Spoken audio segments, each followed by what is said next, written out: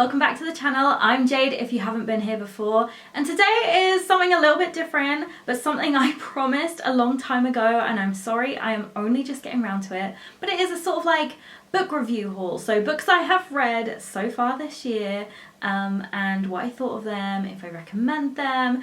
I love watching these kind of things and just following what people read for inspiration. So I know a few of you had mentioned whether I would do this because you'd noticed on my birthday and Christmas hauls I get a lot of books. I am quite a big reader, so I said I would, and I did say I would do every 3 months, but I don't feel that will give me much to talk about without giving too many spoilers. So I've changed it to 6 months, so I'm a little bit late doing this, but I'm going to tell you about what I have read up until June this year. Also, please just excuse my look. It is a casual, cozy day at home where I've been doing housework. So my nails have got really chipped and I've just thrown anything on and I'm all cozy, and I think that's what's put me in the book mood to do this video, because when I'm all cozy at home, that's where I just really feel like reading and talking about books. So as I am new to doing these videos, please leave comments if you watch and give advice if you want, or just comment on the books.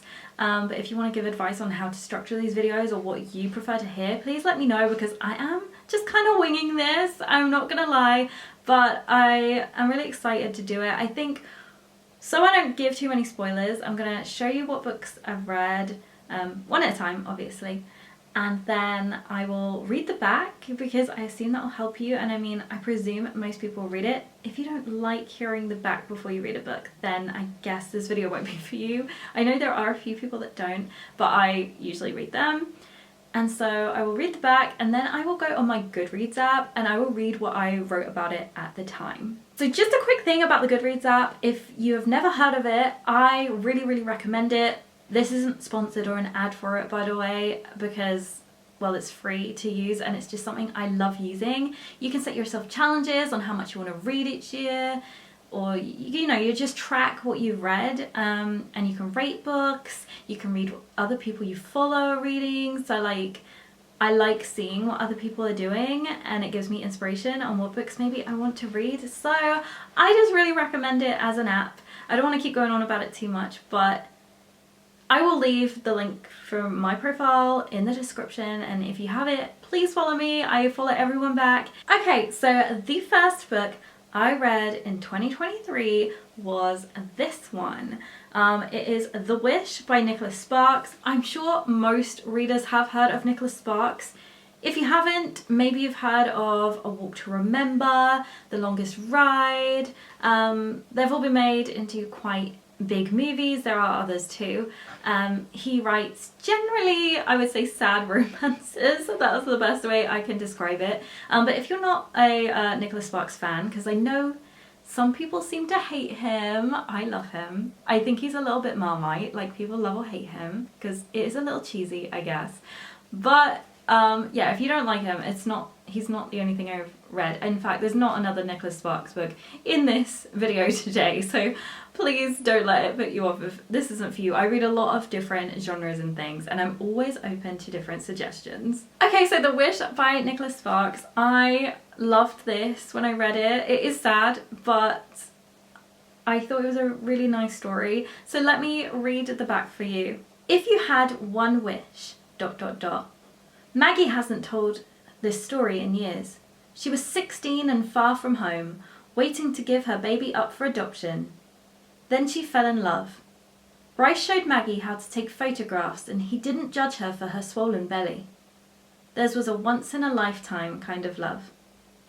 Now, as Maggie sits by the Christmas tree in her gallery, surrounded by the photographs that made her famous, the photographs Bryce never saw, her new assistant asks her, if she had one wish, what would she wish for?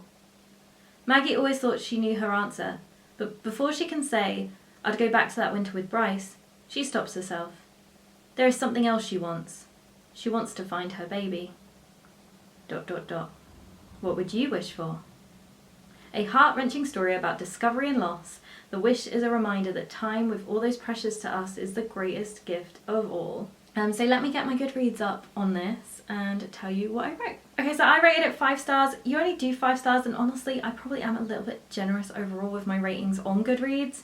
but I haven't really read anything I don't like this year. So that's a bit of a spoiler for what's coming, I guess. But okay, The Wish by Nicholas Sparks. I wrote, classic Nicholas Sparks, a beautiful story, set at Christmas but not overly festive, so not one I feel you need to read at that right time of year, in case that makes people feel they have to wait to read it.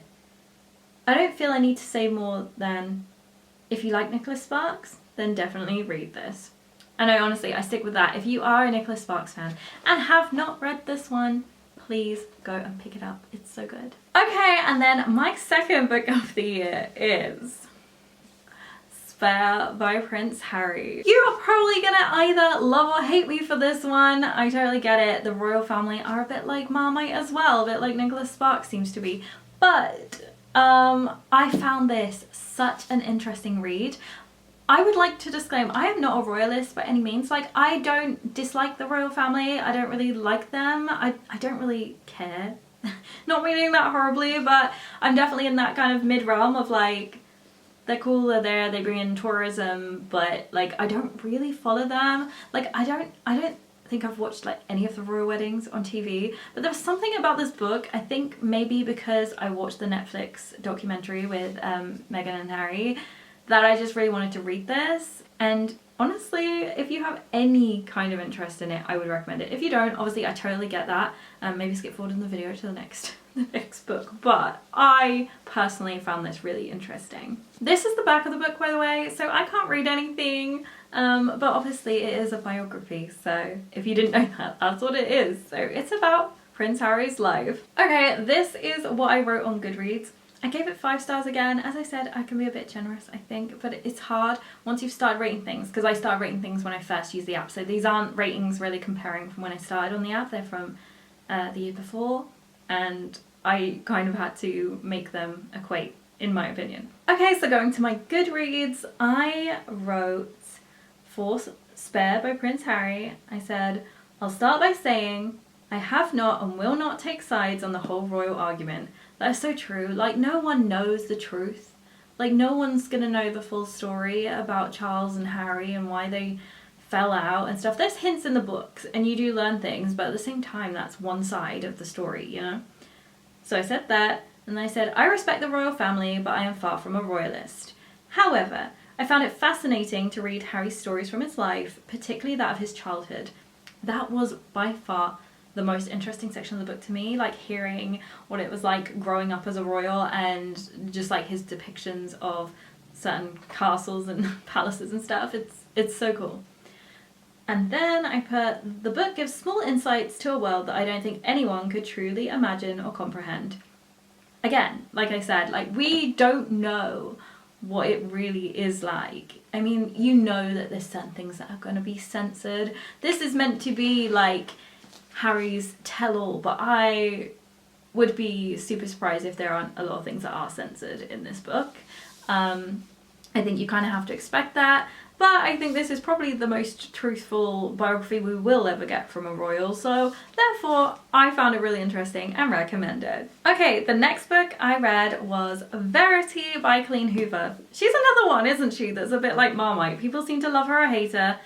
I know there was this whole controversy with her son. I'll be honest, I don't want to associate that too much with books, and like, when it comes to any media and celebrities, I kind of find you will never know the full truth about anyone, what happened in situations, and I'm sure if I knew a lot of celebrities, whether that be writers, actors, singers, whatever, I feel like I would not like many of them, right? So I think it's best to just go with the art and what they do, and if you like it, enjoy it. This is actually a thriller, which I think is a bit different to Colleen's other books. I think she mainly writes romance. I have only read It Ends With Us, so I'm not like an expert. I say I've only read that, like at the time I'd read this, I'd only read that.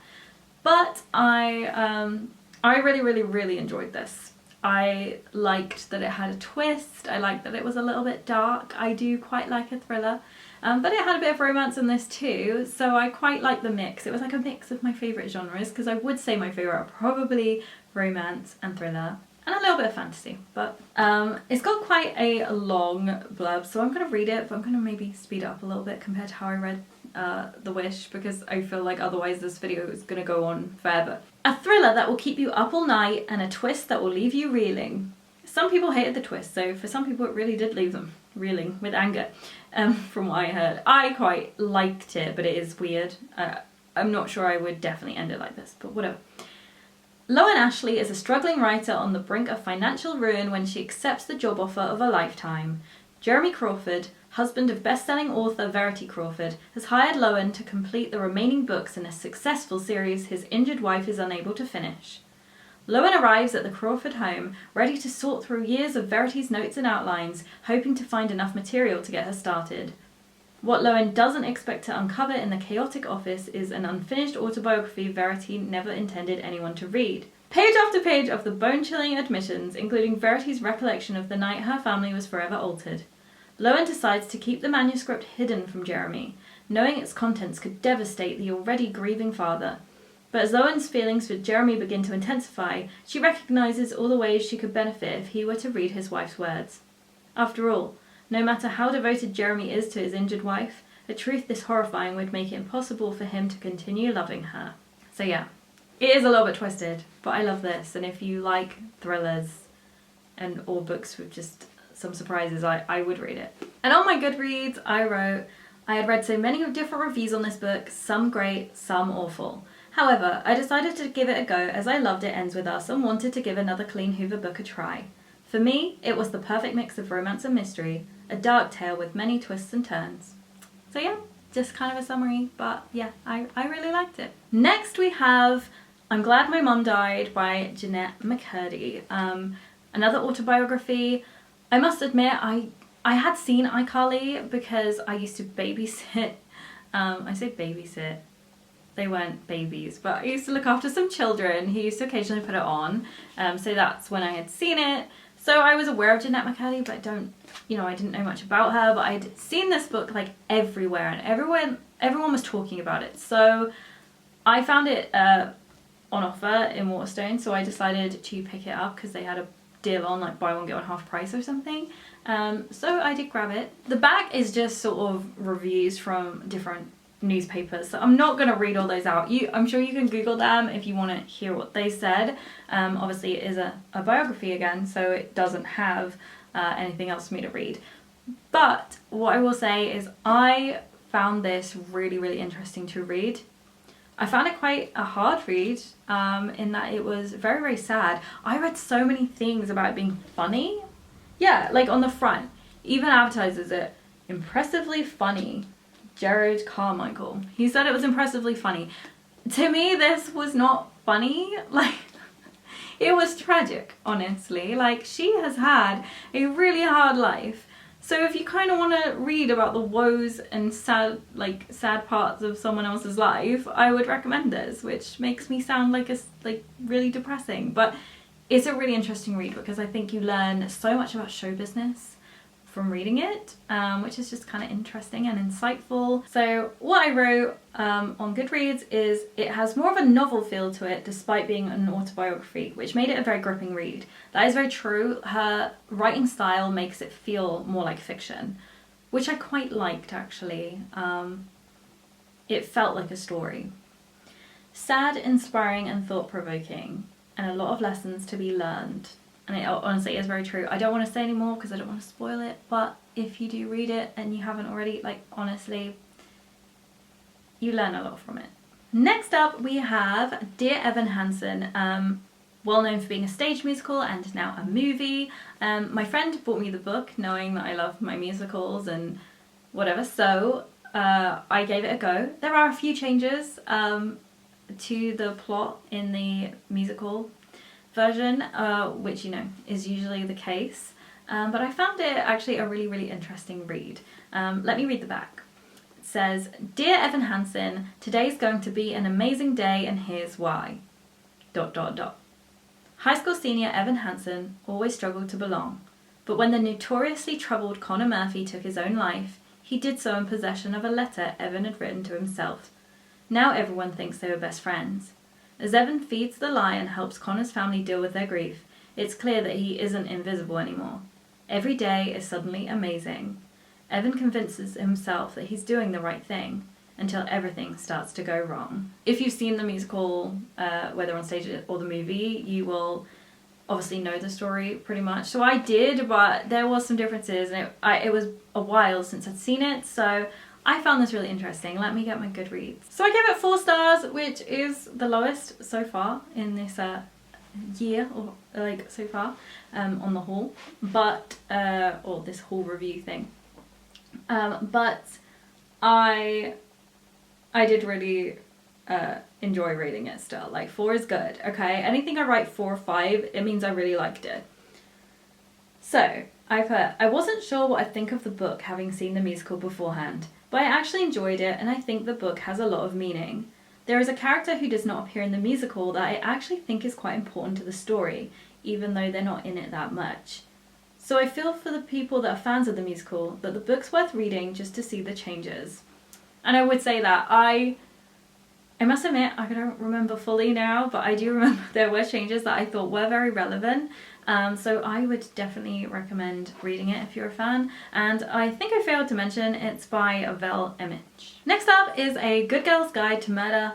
This is one that seemed to be everywhere. Everyone was talking about it. I think it's more of a teens book, or intended to be, but I still really enjoyed it. I quite like teen books because that was probably when I used to read the most, was when I was a teenager. So I kind of like things aimed at a younger adult audience. So this is what the back says. The case is closed. 5 years ago, schoolgirl Andy Bell was murdered by Sal Singh. The police know he did it. Everyone in town knows he did it. But having grown up in the same small town that was consumed by the murder, Pippa Fitzamoby isn't sure. When she chooses the case as the topic for her final year product, she starts to uncover secrets that someone in town desperately wants to stay hidden. And if the real killer is still out there, how far will they go to keep Pip from the truth? So this is a little bit of a, I guess, like thriller mystery, I would say. It's by Holly Jackson, by the way. I keep forgetting to say the author's name, which is so bad because it's actually really important who writes them. But I have not read the sequels, so I know the sequels are also very, very popular. I have not read them yet, and they, spoiler alert, do not appear in the rest of this little book review haul. But I definitely want to read them. I really, really like this. Let me get out my Goodreads. Okay, I rated it 5 stars. I didn't write much for this because I think I was just scared that I would spoil everything for people. So I just put, I really enjoyed this, and I loved the twists and turns in the novel, and I love trying to work out the mystery along the way. I do love a like whodunit thing, so it has a bit of that in it, you know, so if you like a good murder mystery, I would recommend it. Okay, next is The Silent Patient by Alex. I don't know how to say his surname. Michaelides? Michaelides? I would guess Michaelides or something. It sounds like Greek or something. I'm probably just making this up now. So I'm really sorry to that author that I don't know your name or how to say your name. However, I had seen a lot of people talking about this. Some people hate it, but I personally love this. There was a bits of it that were a little bit slower than others, like any book, but I loved the twist. I sort of saw some of it coming, but I still think it was just really cleverly and interestingly written, and the characters were really interesting, which made me want to continue with the book. So let me read the back. Alicia Berenson lived a seemingly perfect life until one day 6 years ago, when she shot her husband in the head 5 times. Since then, she hasn't spoken a single word. It's time to find out why. I feel like what they wrote on the back is perfect. That's all you need to know before you read this book. So I rated this 5 stars too, and I put, all I really have to say is that I wish I'd bought this sooner. I've wanted to read this for well over a year, and I'm glad I finally got around to it. Well written, intriguing and emotional, and a great psychological piece. And I stick by that. Honestly, if you like your thrillers, give this a read. By the way, next door's children are out in the garden kicking their football, and they always kick it against my fence. So I'm really sorry if you can hear that on the camera, because it's super loud. Like, I have the doors and all that shut, so it shouldn't be too loud on the camera, but in case you can hear it, I am really, really sorry. I say as they do it super loud. However, I would like to disclaim that I actually think it's really nice that my neighbours' children actually spend nearly all day every day in the garden, because most kids just sit on screens and stuff, and I think it's nice that they play outside. Next is Daisy Jones and the Six. I adored this. You may have seen the TV show that is on Amazon, I think it was on Amazon Prime. I bought this, or got my husband to get this for my birthday, and then read it super fast because I really wanted to watch the show, but I wanted to make sure I'd read the book first, because I don't know, I just felt like that needed to be the way I did it. This is what the back says. Oh, and by the way, it's Taylor Jenkins Reid. She wrote The Seven Husbands of Evelyn Hugo. That is a very, very popular book. I read that last year and I also loved that, so I was excited to read another Taylor Jenkins Reid book. So yeah, going to what the back says. Everybody knows Daisy Jones and the Six. Their sound defined an era. Their albums were on every turntable. They sold out arenas from coast to coast. Then on the 12th of July 1979, Daisy Jones walked barefoot onto the stage at the Whiskey, and it all came crashing down. Everyone was there. Everyone remembers it differently. Nobody knew why they split until now. Again, I know a lot of people that really didn't like this because it is not written as a novel. Even though it is fiction, it is not written as a novel. It is written as an interview with a band, and it makes it feel super realistic, if I'm honest, which is actually what I really enjoyed about it. I love music. If you didn't know, I have a singing channel. I haven't really updated it lately. I've been working a lot more on original music and also singing, teaching, but I adore music, so for me this was like heaven. It felt like really good. It felt a little bit like watching the Beatles documentary that I've watched in other interviews with artists, and so I really enjoyed it. There are quite a few differences in the book to the TV show. The TV show has some really dumb changes in my opinion, like for the fact that you know, there isn't 6 people in the band, which is kind of dumb. But moving on from that, I still loved the show. I thought they did the songs really well. They didn't stick to the lyrics in this book. I hope that is not a spoiler for you. It is a bit of a spoiler, so I'm sorry, but I mean, nothing that changes the way you'll read it. But I did really enjoy it. Let me get my Goodreads. Again, I rated it 5 stars, and I said I heard such mixed things about this book, but personally I loved it. I loved how it was different by being written in an interview format rather than as a standard novel. However, I suspect that that won't be to everyone's tastes, because I do understand that it is a bit of a different read, but I found it really interesting. I mean, it makes it a little bit like a play, you know, and my degree was drama and literature, so I read okay, the recording cut out because apparently I've been too long, so I'm dreading how long this video is going to be, so I'm really sorry, but I feel like, I mean, it has to be sort of long or this is pointless. But I'm not sure what I was saying when it cut out, maybe about what I thought of the book, but basically if you like plays, I would read this, okay? Because it's kind of written a bit like one. Okay, next is The Midnight Library by Matt Haig. My book group actually recently just done this, but I had already read it. I really enjoyed this. There were parts of it I found a little bit slower than others, but I still overall really liked it. Let me read the back. Nora's life has been going from bad to worse. Then at the stroke of midnight on her last day on Earth, she finds herself transported to a library. There she is given the chance to undo her regrets and try out each of the other lives she might have lived.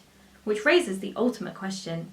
With infinite choices, what is the best way to live? In case you didn't pick it up from me reading that, the basic plot is this girl gets to experience what her life would be if she made different decisions at different points in time, and she finds out there's like endless possibilities, because obviously you could change something so small at any point which would completely change things in her life, which I found a really interesting concept when you think about it, like how tiny decisions really can affect your life. And I think, like, where in my life could I have changed things and be somewhere completely different? So it's very thought-provoking. Let me get my review. Okay, I rated it 4 stars.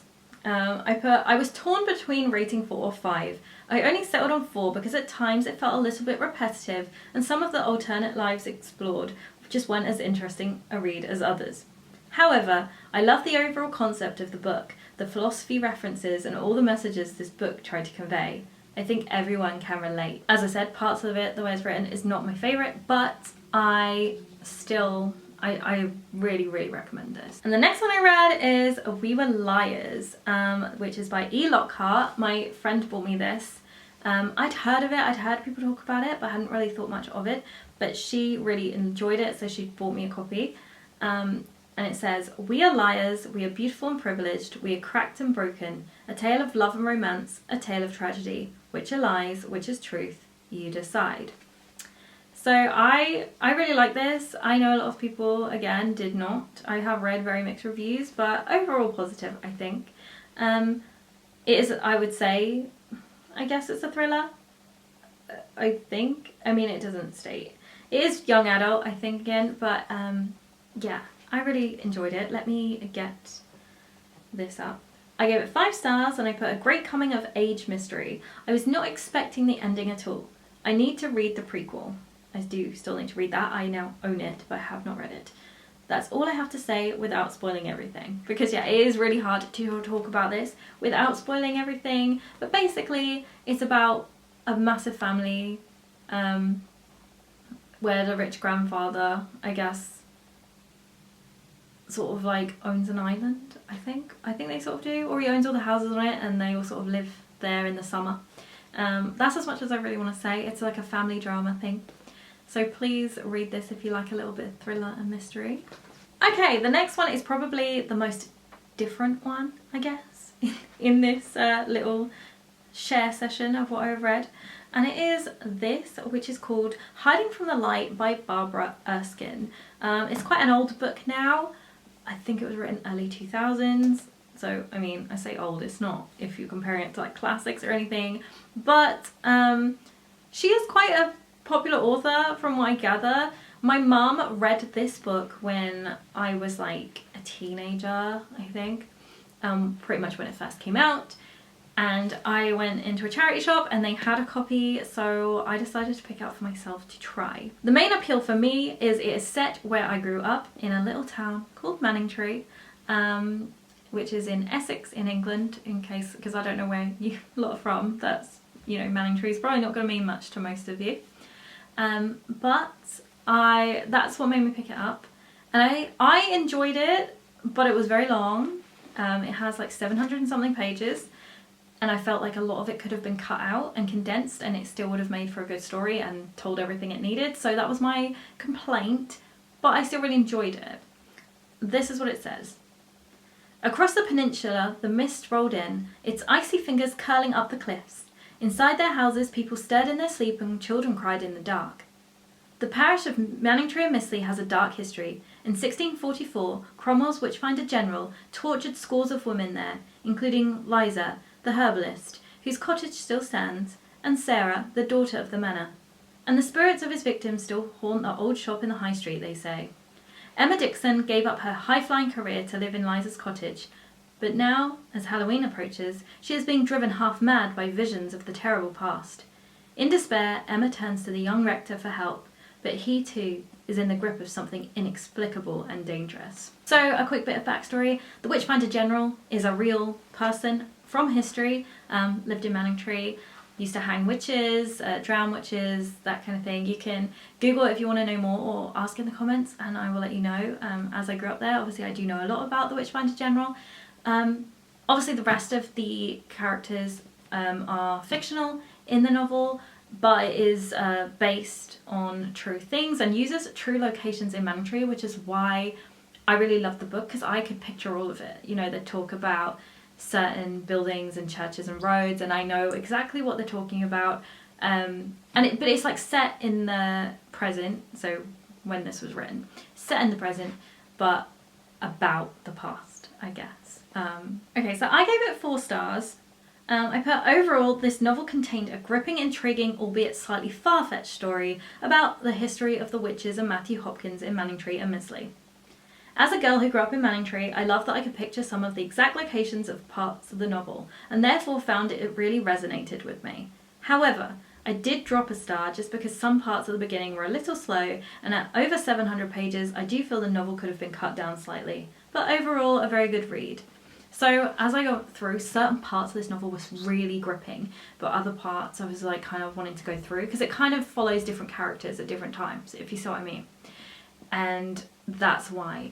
So if you really like these kind of like old kind of slightly fantasy but based on real life stories, I would say it's good. I have read that a lot of people really like her books in general, so maybe if you see any of her books, maybe give it a go. But I will say, I think for me personally, if I hadn't have grown up in Manningtree, it wouldn't have resonated so much with me. That's my honest thing. Okay, and then next is Infamous. This was a book that my friend bought me for my birthday. She'd mentioned it to me, and then my local store did not have it. She got it in the works. If you haven't been there and you do live in the UK, you need to. Like, you get all your books so much cheaper in there, or on their website. They do have a website, but it was in there, super cheap, and I couldn't get hold of it. So she got me a copy for my birthday. If you love Bridgerton, I would recommend it. It's like a more modern version of like Jane Austen. Like, it's set, you know, in that era, but it's written a little bit more modern, I guess. So I think if you're a Bridgerton fan, you will quite enjoy this. Let me read it. 22-year-old aspiring writer Edith Eddie Miller and her best friend Rose have always done everything together. Climbing trees, throwing grapes at boys, sneaking bottles of wine, practicing kissing. Now that they're out in society, Rose is suddenly talking about marriage, and Eddie is horrified. When Eddie meets charming, renowned poet and rival to Lord Byron, Nash Nicholson, he invites her to his crumbling Gothic estate in the countryside. The entourage of eccentric artists indulging in pure hedonism is exactly what Eddie thinks she needs in order to finish her novel and make a name for herself. But Eddie might discover that trying to keep up with her literary heroes isn't all poems and pleasure. So yeah, I think this is a really interesting story. It's a little, as I said, it's a very modern version of something set in the past. But if you like Bridgerton, give it a read. I really enjoyed it. Let me get my Goodreads. I gave it 5 stars, but I wrote, if 4.5 was an option, I would probably award that. As someone who is obsessed with everything Regency and period drama in general, I really enjoyed this. Overall, the story took a little while to develop, and the ending felt almost a little rushed, while the beginning was a lot more drawn out. However, I still wanted to read it whenever I had free time, so I'll take it as a sign that I must have loved it. So yeah, that is that one. And Lex Croucher, who wrote it, she wrote other books very similar, so I am on, like, keeping my eye out to find some more. And the last book! Yes, we have reached the last book of the first 6 months of my reading this year. The last one is Aead by Meg Cabot. Now, this is a young adult book. Definitely has, you know, it's generally designed for a younger audience, like late teens.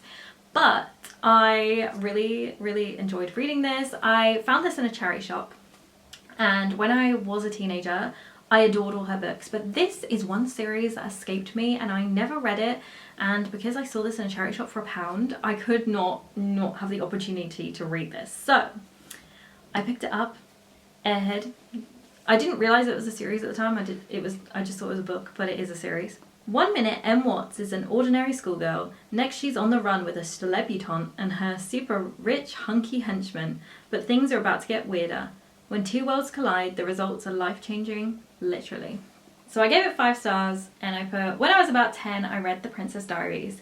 Then throughout my late childhood, early teen years, I read so many of Meg Cabot's books. However, Aead was one that I never did get my hands on. A while ago, I was browsing charity shops and saw it, so I couldn't resist buying it. Meg Cabot's teen/young adult books are just as enjoyable as I remember, even as an adult. And while this story seemed a little far-fetched, I loved the concept and the way it was told. But most importantly, it just made my inner younger self very happy, and therefore I have to give it 5 stars. So okay, that is everything I read in the first half of the year. Please feel free to leave me recommendations. I do already own quite a lot of books, and I've read several more since these ones, but always leave me recommendations. I love to hear them, or as I said, get Goodreads, follow me and I can follow you and you can give me recommendations that way. So yeah, I hope you enjoyed this. I know it's a little bit different for my channel, but I do like to just vlog about everything I love, so yeah, I hope you enjoyed it, like I said, and if you have any other recommendations of how to improve like what I'm doing, because I'm aware this is probably actually really long. I didn't feel like it would be, so maybe 3 months would be better. So maybe we can take a lesson from that and I do 3 months from now. But you let me know and I will see you again real soon. Bye!